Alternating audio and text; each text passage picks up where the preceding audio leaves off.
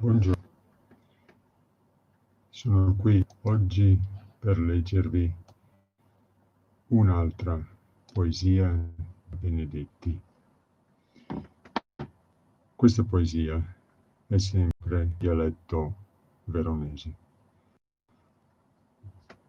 perché per mia volontà io voglio tenere la mia cultura, le mie origini e ci tengo a questo. Si chiama La vipera e riguarda appunto la descrizione di questo animale, il suo comportamento. La vipera, ben rodolà, coi occhi posta al singeto della Valpia, te pari fatta de erba e de te. Me piace tanto, guarda con prudenza, nel tramonto de finisce, che ne ciapa a brassacol. E che la metto tutta, per non veda capparia, piena di paura, come solito.